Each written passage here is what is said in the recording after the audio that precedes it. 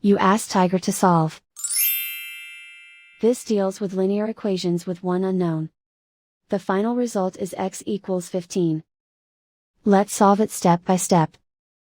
Simplify the expression. Group like terms.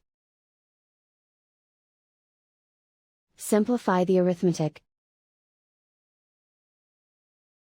Group all constants on the right side of the equation.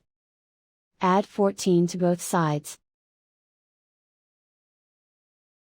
Simplify the arithmetic.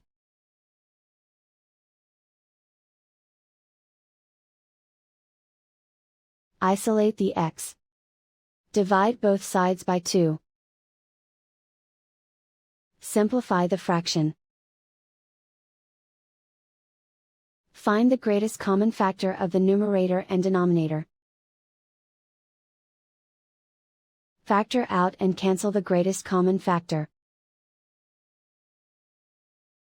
And so the final result is x equals 15.